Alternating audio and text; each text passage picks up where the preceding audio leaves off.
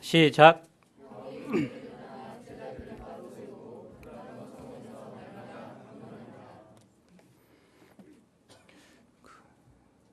오늘 말씀은 사도 바울의 3차 전도 여행 중에 에베소 교회 개척에 관한 말씀입니다.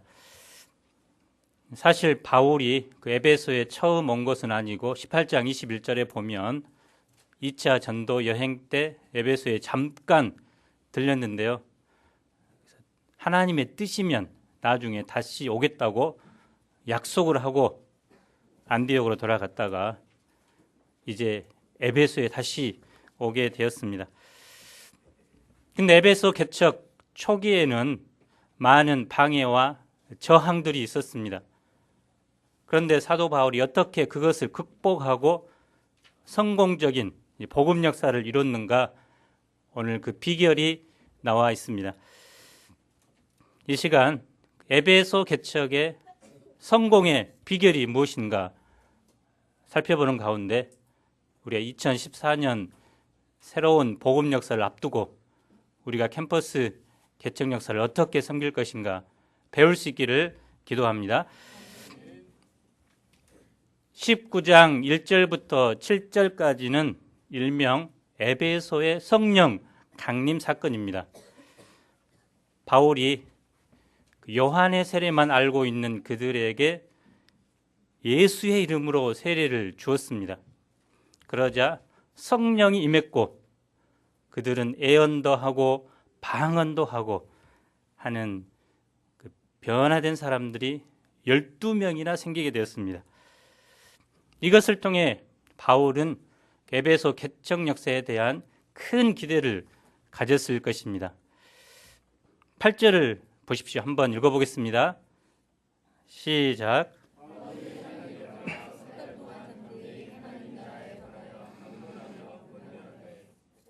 에베소는 지금 터키 지역에 있습니다.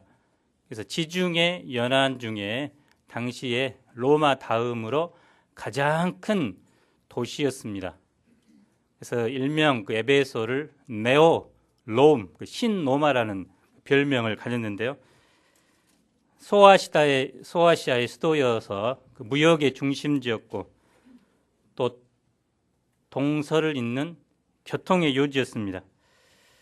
특별히 그곳에는 그 2만 5천 명을 수용하는 원형극장이 있었습니다.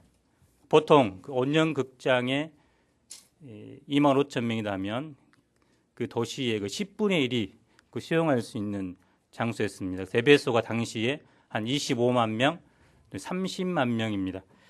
큰 도시였습니다. 오늘날에 비하면 작았지만 당시에는 대도시였습니다. 또 이곳에는 뭐 체육관, 또 음악 시설, 또 큰 공중 목욕탕도 있었고요. 또 쇼핑의 거리가 있었습니다. 그래서 로마의 안토니우스 장군과 이집트의 클레오파트라가 결혼을 한 후에 자주 이 에베소에 와서 쇼핑을 했습니다. 그래서 안토니우스가 클레오파트라를 기쁘게 해주기 위해서 보석 또 화장품을 이곳에서 자주 구입을 했다고 합니다. 또 127개의 석조 기둥으로 된 세계 7대 불가사의 중에 하나인 아데미 신전이 있었습니다. 오늘날은 그 기둥이 딱 하나밖에 이제 남지 않았다고 합니다. 이 에베소는 바울의 선교 전략상 아주 중요한 곳입니다. 2차 전도 여행 중에 그 고린도가 중심이라면 3차 전도 여행에는 이 에베소가 중심지입니다. 소아시아의 수도였고요. 나중에 이 에베소에 그 디모데, 영적인 아들인 그 디모데를 남겨둘 정도로 중요시 여겼습니다. 또 가장 오랫동안 개척 역사를 섬겼습니다. 19장에 보면은 다 에베소 개척 역사고요. 또 에베소서라는 서신서를 남겼고 또 요한계시록에 보면 그 7개 교회 중에 가장 먼저 나오는 곳이 에베소입니다. 사도 바울은 에베소를 그만큼 중요하게 생각을 했습니다. 그래서 그는 보통 다른 장소에서는 복음을 전하고 바로 다른 곳으로 이동을 했는데요. 그는 이곳에서 3개월 동안 말씀을 전했습니다. 그의 메시지의 중심은 무엇이었습니까? 하나님의 나라였습니다. 예수님도 죽으시고 부활하신 후 40일 동안 이 땅에 계시면서 하나님 나라의 일에 대해서 증거를 했습니다. 당시 이스라엘 백성들은 하나님 나라에 대한 관심이 많았습니다. 그래서 다윗과 같은 힘 있는 메시아가 와서 그들을 압제해서 건져내고 부강하고 강력한 나라를 건설하기를 소망했습니다. 예수님의 12 제자들도 주님의 승천 직전까지 이스라엘의 회복을 원했습니다. 그런데 바울은 하나님께서 보내신 그 메시아가 바로 예수님이라고 증거를 했고요.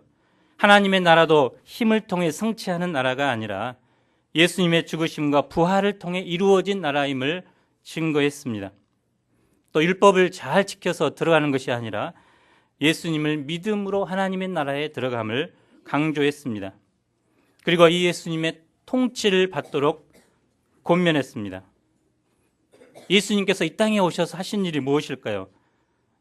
이사야 선지자의 예언처럼 누가복음 4장 18절, 19절은 이렇게 말씀합니다. 한번 읽어보겠습니다.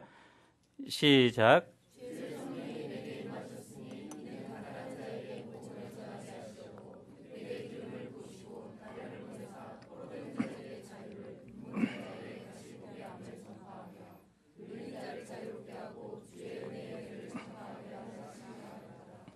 그래서 예수님께서 처음 공생애를 시작하시면서도 회개하라, 하나님의 나라가 가까웠느니라 하셨고, 또 승천하시면서도 하나님의 나라에 대해서 증거했습니다. 예수님은 이 땅에 오셔서 사람들에게 진정한 회복, 치유, 행복을 주셨습니다. 하나님 나라의 핵심은 예수님입니다. 바울은 이 예수님을 증거한 것입니다. 그런데 바울의 메시지를 들은 사람들의 반응이 어떠했을까요? 9절 상반절을 보십시오. 어떤 사람들은 마음이 굳어 순종하지 않고 무리 앞에서 이 도를 비방하거늘 소극적으로 말씀을 받아들이지 않을 뿐만 아니라 적극적으로 반대하는 무리가 있었습니다. 그래서 바울이 해당해서 말씀을 가르치고 있으면 여기저기 손을 들고 저 사람은 가짜다, 하나님의 율법을 무시하고 유대인을 멸시하는 사람이다 하고 소리를 질러댔습니다. 더 이상 바울이 해당해서 말씀을 전할 형편이 되지 않았습니다. 예전 같으면 발의 먼지를 털어버리고 다른 지역으로 갔을 것입니다. 요즘은 복음을 전할 때 영접하는 자들은 극소수고 대부분의 사람들은 받아들이지 않습니다. 우리는 지금까지 그것을 캠퍼스 현장에서 또 직장에서 수도 없이 경험했습니다. 이럴 때면 마음에 무슨 생각이 듭니까? 다시는 이 복음을 전하지 않고자 합니다. 거부할 것을 아니까 그냥 복음을 전하는 신용으로 만족하기도 합니다. 우리의 전도 방법이 어리석거나 또 오늘날의 그 시대 상황에는 맞지 않은 방법이라고 생각하기 쉽습니다. 그런데 바울은 반대가 있었을 때 어떻게 했을까요? 그는 어려운 때 창의적인 접근을 통해 기존의 방식을 탈피하고 새로운 전도 방식을 택했습니다. 9절 하반절을 함께 읽어보겠습니다. 시작.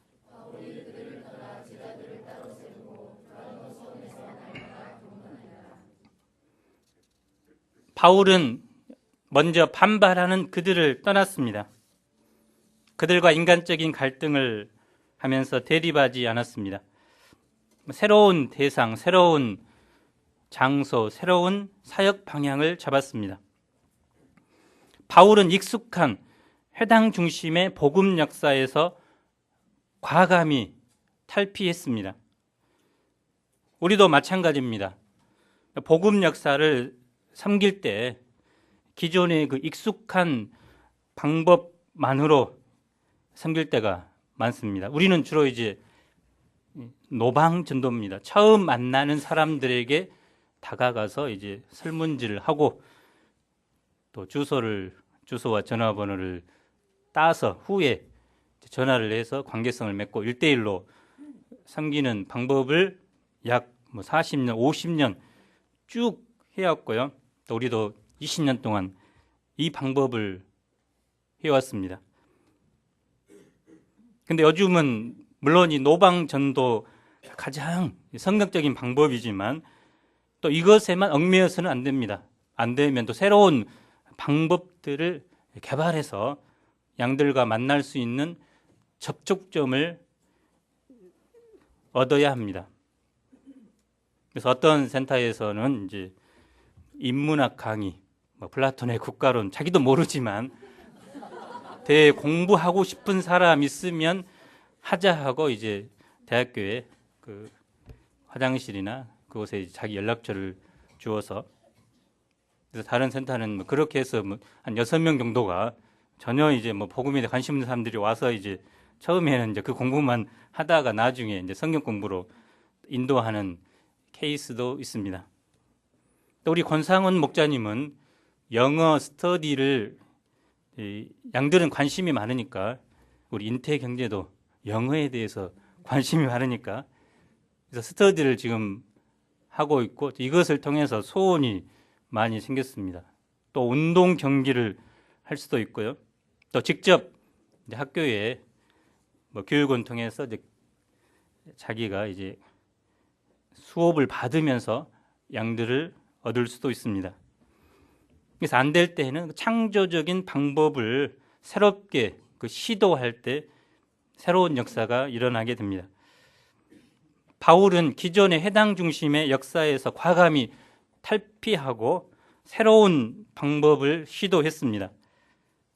그는 제자들을 따로 세웠습니다. 따로 세웠다는 것은 한계를 정하다, 또 구별하다는 뜻으로서 바울이 복음을 거부하는 자들과 구별하여 새로 얻게 된 제자들을 중심으로 신앙 공동체를 형성했다는 의미입니다.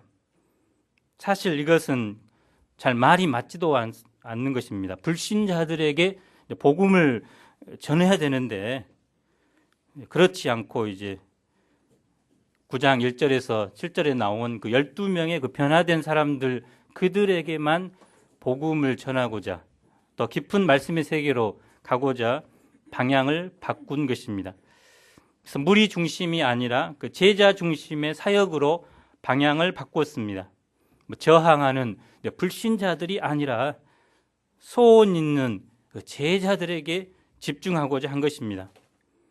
받아들이지 않는 사람들에게 힘을 빼고 얽매이기보다는 순수하고 소원 있는 자들에게 시간과 정열을 투자하고자 한 것입니다. 사실 이 방법은 예수님의 방법입니다. 예수님도 3년의 공생의 기간 동안 많은 무리들을 섬겼지만 가장 핵심적인 사역은 바로 12제자를 세우시고 그들을 훈련하신 것입니다. 그래서 예수님은 제자들과 함께 거하며 삶을 나누었고 모든 면에서 본을 보여주셨습니다. 그랬을 때 12명의 소수의 제자들이 후에 사도행전에 엄청난 역사를 이루는 주역들이 되었습니다. 소수의 제자 중심의 역사는 단기간 성과가 별로 없는 것 같지만 결국은 가장 지혜로운 방법임이 성경을 통해서 증명이 된 것입니다. 우리도 순수하고 배우고자 하는 소원이 충만한 사람들에게 더 관심을 가지고 그들을 집중적으로 도울 수 있기를 기도합니다. 그 역사의 좋은 애가 엘까미로 센터입니다. 그래서 소원 있는 양들을 그들에게 집중적으로 말씀을 가리켰을 때 그들이 이제 학기에 나가서 또 다른 양들을 데려와서 섬기고 그것을 통해서 학생 제자들이 부흥하게 되었습니다. 올해 이제 형제 자매 공동 생활을 하는 그 목표가 지금 12명씩을 목표로 기도하고 있는데요. 그들이 이제 핵심 제자들로 성장할 수 있기를 기도합니다. 특별히 에베소의 두란노 소원의 역사는 그 말씀 중심의 역사였습니다. 바울은 소수의 제자들을 이끌고 두란노 소원으로 갔습니다. 소원은 렉처홀, 사람들이 함께 모여 강의를 들을 수 있는 공공의 장소입니다. 교회하고는 좀 다른 의미인데요. 사람들은 이곳에 모여서 청문회, 공청회, 선거, 토론회 등을 했습니다. 그래서 문턱이 없이 어느 누구나 쉽게 드나들 수 있는 곳입니다. 그래서 불신자든 신자든 누구든지 들어와서 말씀을 들을 수 있었습니다. 당시 오전 일과는 아침 해가 뜨면 이제 시작을 했고요. 그래서 오전 11시까지 하다가 이제 오후 일과는 오후 4시부터 해 지기 전까지였습니다. 그래서 11시부터 4시까지는 점심 식사 및 휴식 시간이었습니다. 그래서 모든 사람들이 5시간 동안 밥 먹고 휴식하고 잠잘 시간에 사도 바울은 이런 시간을 포기하면서까지 자기의 여가 시간을 누릴 수 있는 그 시간을 포기하고 그 시간에 말씀 역사에 전념한 것입니다. 제자들도 쉬고 잠자고 먹고 하는 그 시간을 포기해서 말씀에 집중한 것입니다. 날마다 4-5시간씩 그것을 2년 동안 줄기차게 한 것입니다. 우리는 한 양과 일주일에 1시간 정도 말씀을 공부합니다. 양들은 그 시간도 내기 힘들어서 이제 바쁘다고 합니다. 그런데 바울의 말씀 사역은 일주일에 6일만 잡아도 2,400시간 말씀 공부를 가르쳤습니다. 그래서 어떤 분은 이 시간을 환산하면 그 대학 교육 4년 과정을 그 3번 정도 반복할 수 있는 엄청난 그 시간이라고 합니다. 그래서 가르치는 방법도 일방적인 선포가 아니라 묻고 답하는 토론식 성경 공부를 했습니다. 그래서 한 강의가 무려 4시간씩 한 것입니다. 한 문제당 1시간.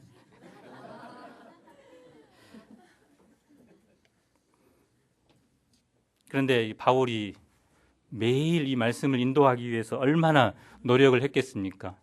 그가 직장이 없는 것이 아니었습니다. 그래서 11시까지는 장막 만드는 일을 했습니다. 그는 말씀을 가르치기 위해 장막 만드는 시간 외에는 끊임없이 말씀의 샘을 팠습니다. 바울은 열정적으로 가르쳤고 제자들은 영적인 소원을 가지고 간절함으로 말씀을 받았습니다. 바울이 왜 이렇게 두란노 소원에서 이 말씀 역사에 올인하는 것일까요? 다른 것 하지 않았는데요. 구제 사역을 하지도 않았고 또 연예인들을 불러서 간증도 하지 않았고 또 특강 강사를 부른 것도 아니고 오직 그 자신이 말씀을 파서 2년간 이 말씀 역사에 전념한 이유가 무엇일까요? 그것은 주의 말씀이 구원의 능력이기 때문입니다. 하나님의 말씀만이 생명을 주기 때문입니다. 성령께서는 제자들이 예루살렘 성전에서 핍박을 받고 또 채찍에 맞은 그 순간에도 제자들에게 이 생명의 말씀을 전하라. 생명을 주는 그 말씀을 핍박 가운데서 전하라고 한 것을 봅니다. 사도 바울은 이 말씀만이 사람을 구원할 수 있는 유일한 길임을 알았습니다. 세상에서 생명을 주고 또 구원을 주는 것은 주의 말씀밖에 없습니다. 그래서 사도 바울은 이 말씀에 승부수를 두고 목숨을 걸고 이 말씀을 가르치는 일에 헌신한 것입니다. 우리가 올해 복음 역사를 앞두고 가장 힘써야 할 것이 무엇일까요? 그것은 바로 이 말씀 중심의 역사를 이루는 것입니다. 우리는 두란노 소원의 역사를 우리 역사에 적용해 볼 때 과연 어떻게 이것을 적용해 볼 수 있을까 고민을 좀 해야 됩니다. 가장 우리가 할 수 있는 것은 이제 3월달, 4월달에 전도를 해서 그 중에서 이제 소원 있는 양을 얻었다면 기존에 일주일에 한 번 이제 그것을 이제 탈피해서 특별히 학기 초 이제 3, 4월만큼이라도 일주일에 3번, 4번을 이제 말씀 공부를 해주는 방법이 있을 것입니다. 한 강의를 절반으로 쪼개서 3, 4일 일주일에 집중적으로 양들과 만나서 공부를 해주는 방법이 있을 것입니다. 그래서 양들은 여기저기 기웃거리죠. 이 동아리 저 동아리. 자기를 환영하고 원하는 곳에 가고자 할 것입니다. 그래서 우리는 이 3, 4월만큼은 3번, 4번 정도 한 양에게 집중적으로 말씀을 가르치는 수고를 해야 할 것입니다. 그리고 동아리 방이 두란노 서원처럼 문턱을 없이 어느 누구나 와서 그곳에서 교제할 수 있도록 가능하다면 이제 5시 반부터 6시까지는 한 달간은 오는 사람들은 다 이제 식사를 제공할 영의도 있는데 그처럼 이제 와서 녹아지도록 또 그들을 섬기는 창조적인 방법을 올해 다시 한번 시도를 해보면 좋겠습니다. 그런데 이 에베소 역사는 이런 말씀 중심의 역사였고요. 또 한 가지는 눈물과 헌신의 역사라고 할 수 있습니다. 사도 바울은 사도행전 20장 31절에서 두란노 복음 역사를 회고하면서 이런 고백을 했습니다. 한번 읽어보겠습니다. 시작.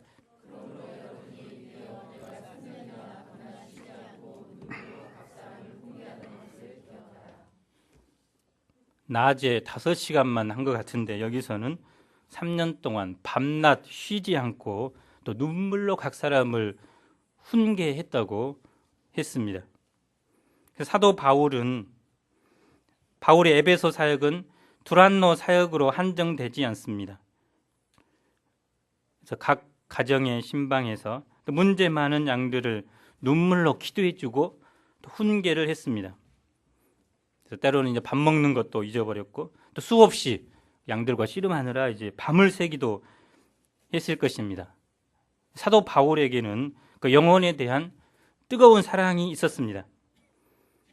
그래서 오직 양들이 예수님 안에 굳게 서고 생명을 얻는다면 그 자신을 온전히 헌신하고 투자할 수 있었습니다. 이렇게 각 사람을 인격적으로 밤낮 쉬지 않고 눈물과 겸손으로 훈계할 때 한 사람 한 사람이 굳건한 예수님의 제자들로 세워갔습니다. 그래서 제자를 키우는 것은 서너 시간의 말씀 공부로 끝나는 것이 아닙니다.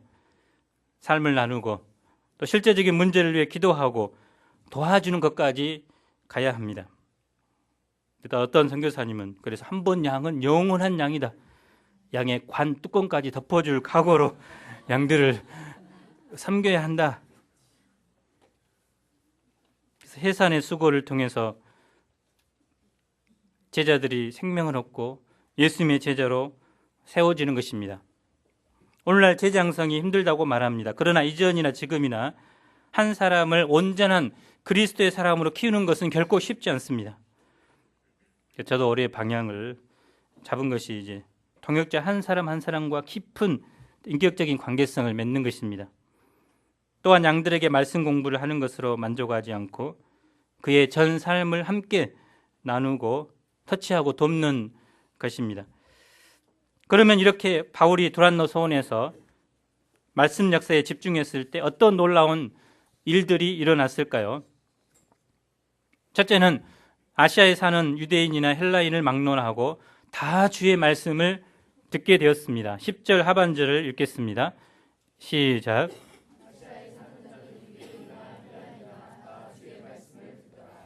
유대인들 어떤 잡니까? 회당에 바울이 처음에 들어갔을 때 마음이 굳어서 들으려고 하지 않았습니다. 오히려 바울이 전하는 복음을 우습게 여기고 비방하는 자들이었습니다.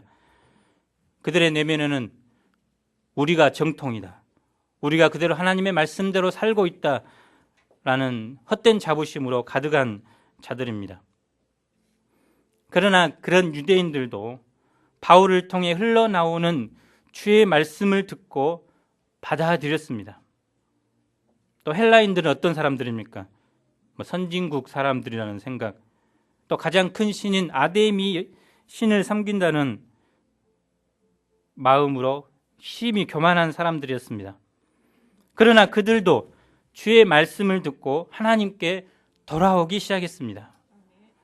무엇보다 바울이 두란노 소원에서 섬긴 제자들이 아시아 곳곳으로 나가서 교회를 세웠습니다. 에베소에 와서 상업자 왔던 사람들이 자기 고향으로 가서 교회를 세웠습니다. 그 중에 대표적인 인물이 에바브라가 와서 이제 골로새 교회를 세웁니다. 이때 라오디게아, 히에라폴리 비롯해서 요한계시록에 나오는 7교회가 세워지게 되었습니다. 그런데 여기서 우리는 한 가지 의문이 듭니다. 어떻게 몇 명만 가르쳤는데 소아시아의 모든 사람들이 하나님의 말씀을 들을 수 있었을까요? 오늘날 기업에서도 그 신제품을 판매하기 위해 사도 바울이 쓴 이 제자 세우기와 비슷한 전략을 사용합니다. 일반 사람들이 이전에 쓰지 않았던 제품들, 예를 들면 아이폰, 스마트 아이패드와 같은 신기술이 나오면 처음에는 대중들은 별로 관심을 갖지 않습니다. 그래서 기업들은 먼저 이 신제품에 관심을 보이는 소수에게 집중하여 홍보합니다.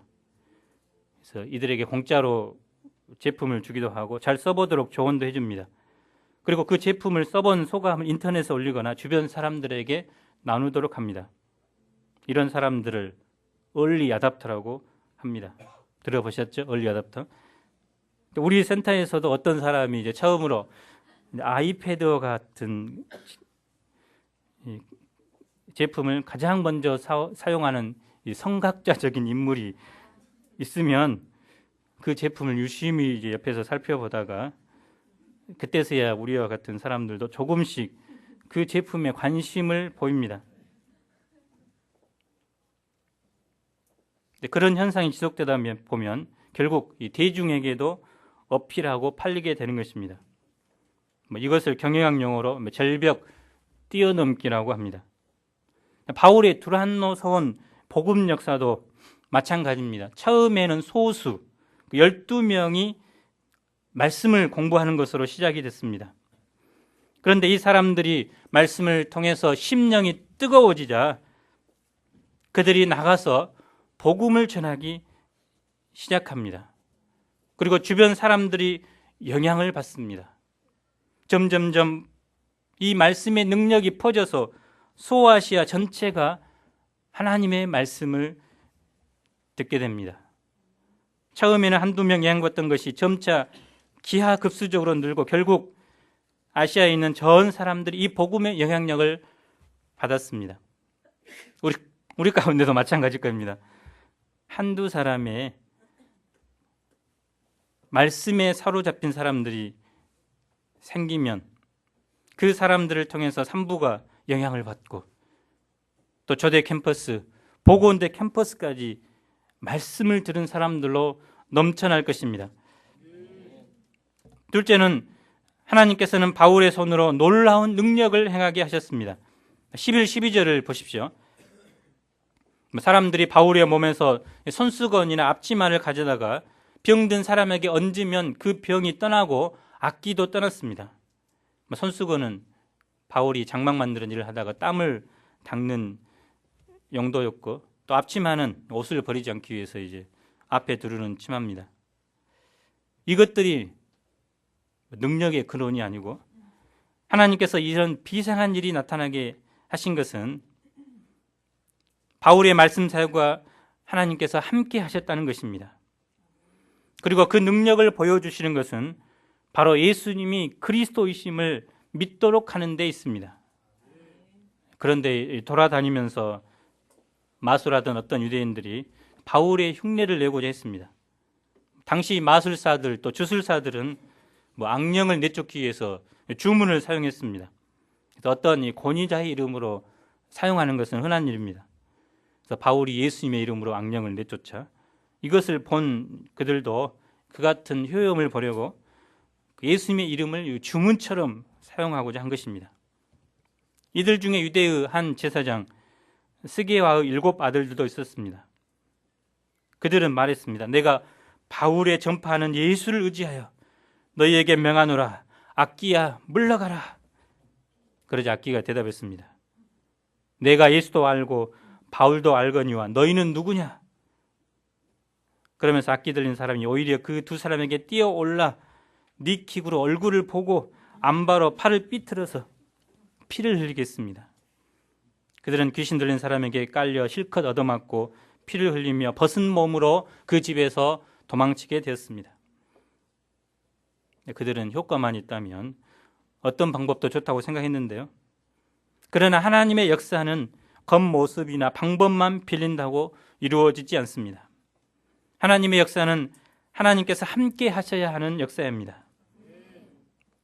우리가 말씀 역사에 전념하면 이런 표적과 기사도 당연히 따르게 될 것입니다. 셋째로 회개 운동과 영적 각성이 일어나게 되었습니다. 에베소에 사는 유대인과 헬라인들은 다 이 일을 듣고 두려워하며 주 예수의 이름을 높이게 되었습니다. 18절을 읽어보겠습니다. 시작.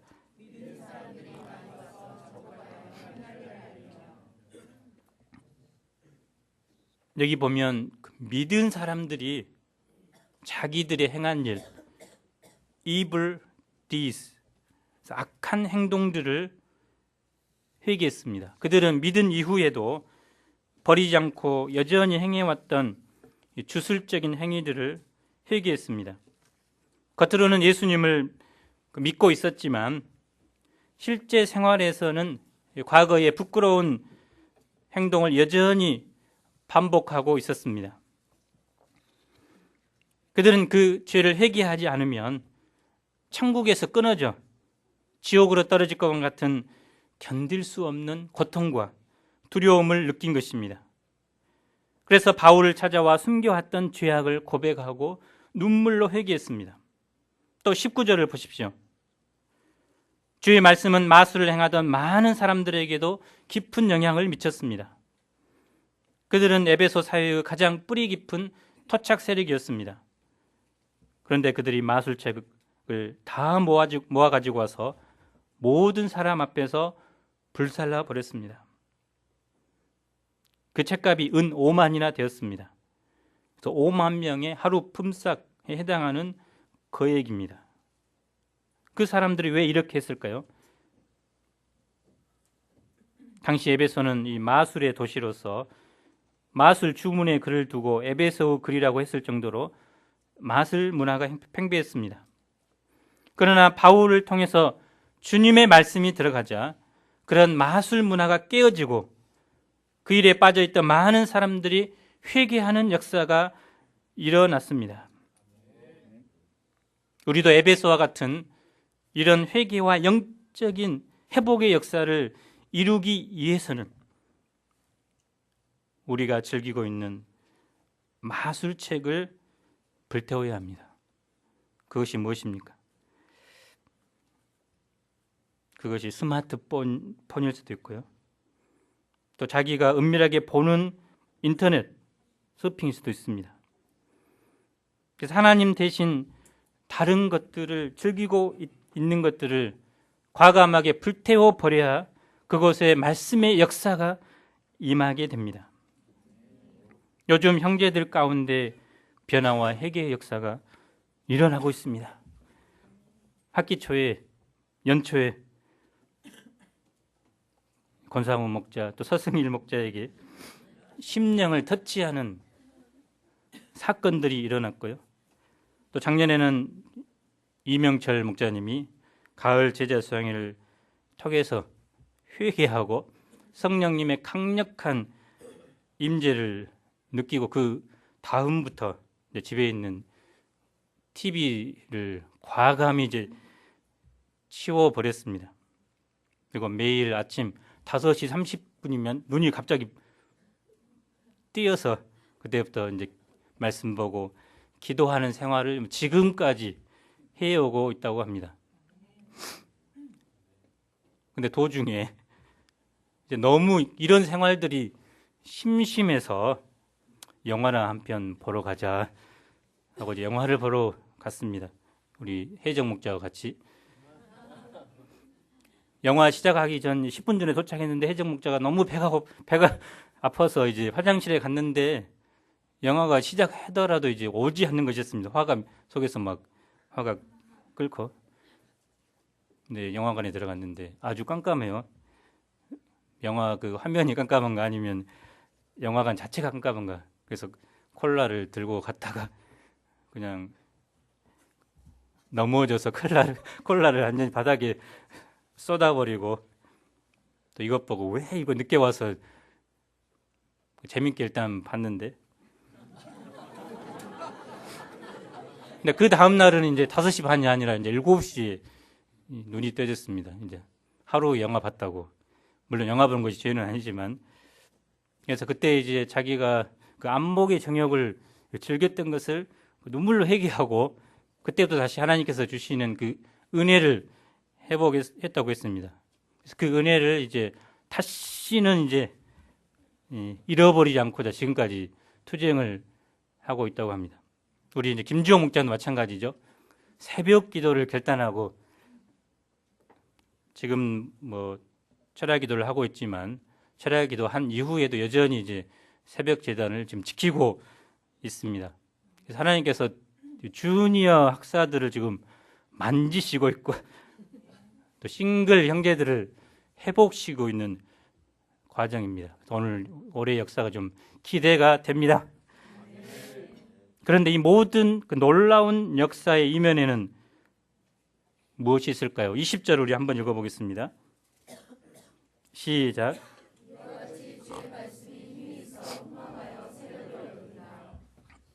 결국 이 모든 역사의 근원은 바로 하나님의 말씀입니다.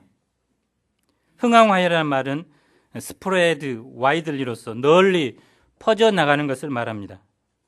세력을 얻는다는 것은 grew in power, 힘을 떨치면서 구체적인 역사를 이루는 것을 말합니다. 주의 말씀은 힘이 있고 또 그렇기 때문에 성장하고 널리 퍼져 나갑니다. 주의 말씀은 사람을 변화시키고 그 사람을 통해 다른 사람에게 영향을 끼칩니다. 우리는 이 시대에서 우리가 섬기는 복음 역사의 방향이 무엇인가? 오늘 말씀을 통해서 다시 한번 확인해야 합니다. 그것은 주의 말씀이 힘이 있다는 것입니다. 또 우리 역사 가운데 우리 개인의 내면에 또 우리 모임에 주의 말씀이 힘이 있도록 기도해야 된다는 것입니다. 목자인 우리 안에 주의 말씀이 성장하고 또 돕는 양들의 마음 안에 말씀이 세력을 얻도록 해야 합니다.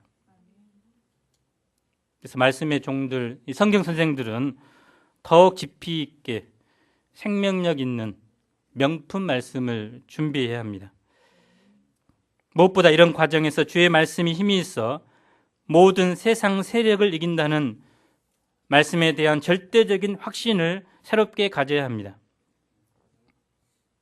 에베소에서 일어난 이 놀라운 일의 힘은 주님의 말씀입니다. 부흥의 역사의 성공의 비결은 바로 말씀이 힘있게 역사하는 데 있습니다. 그 사회를 변혁시킨 것은 바울의 리더십이 아닙니다. 바울을 통해 나타나는 기적이 아닙니다. 오직 하루하루 꾸준하게 섬긴 그 말씀 사역이 후에 핵폭탄처럼 강력하게 폭발한 것입니다. 말씀을 우리가 섬길 때 어떤 순간에 하나님께서 그 말씀을 사용하셔서 폭발시킬 것입니다. 그 말씀 자체가 힘이 있고 확장하는 능력이 있기 때문입니다. 말씀은 살아있고 힘이 있고 어떤 날카로운 칼보다도 더 예리합니다. 사람의 마음을 꿰뚫어 영혼과 정신을 갈라놓고 관절과 골수를 쪼개어 그 마음속에 품은 생각과 속셈까지 다 드러냅니다. 그래서 말씀은 한 영혼을 구원하고 그 시대의 문화와 사회를 변혁시키는 능력이 있습니다. 결론적으로 21절을 한번 읽어보겠습니다. 시작.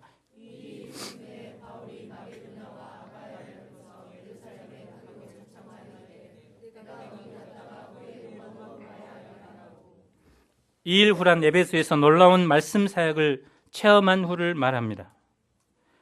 사도 바울은 말씀이 사람을 변화시키고 또 그 사회를 변혁시키는 것을 눈으로 보았습니다.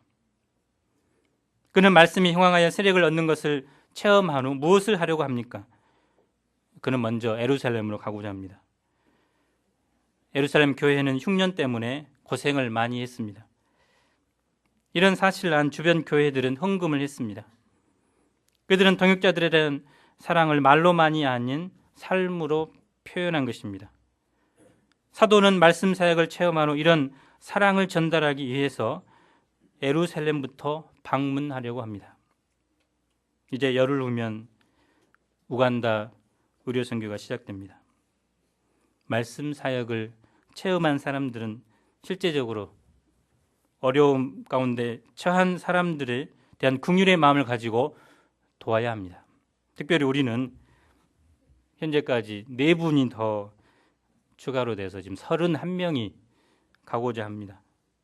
그분들이 뭐 3부의 대표고 또 한국 UBF 또 전체 UBF의 대표로서 갑니다. 특히 그 역사의 3부가 주도적으로 쓰임받고 있습니다.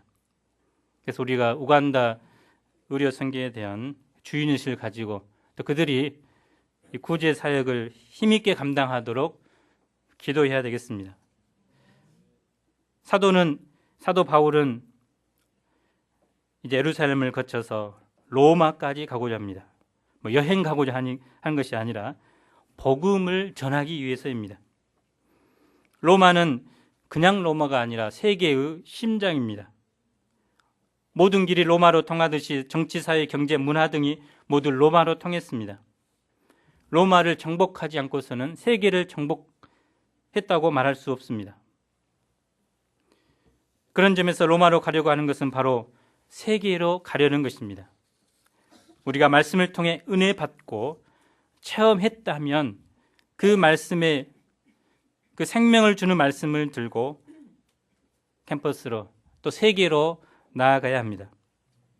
바울이 에베소 개척을 통해 로마 선교의 비전을 보았듯이 우리가 오늘 말씀을 통한 에베소 개척의 비전을 붙들고 이제 캠퍼스로 나아가야 되겠습니다. 올해 우리를 통해서 두란노 소원과 같은 놀라운 복음 역사가 일어날 수 있기를 기도합니다. 요절 말씀으로 19장 9절 하반절 읽겠습니다. 시작. 바울이 그들을 떠나 제자들을 따로 세우고 두란노 소원에서 날마다 강론하니라. 하나님 아버지, 바울이 처음에 에베소에 도착했을 때 수많은 저항과 반대에 부딪혔습니다.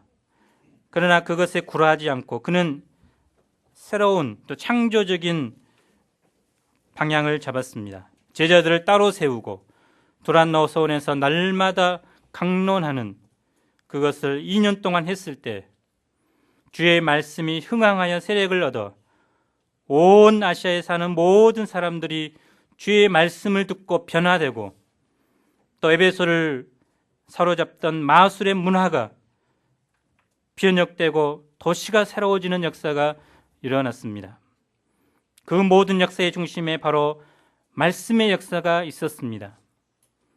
올해 저희가 할 것이 무엇입니까? 이 두란노 소원의 역사처럼 생명을 주는 말씀, 구원을 주는 유일한 이 말씀 역사에 저희가 집중할 수 있도록 도와주시기를 간절히 기도합니다. 예수님 이름으로 기도합니다. 아멘.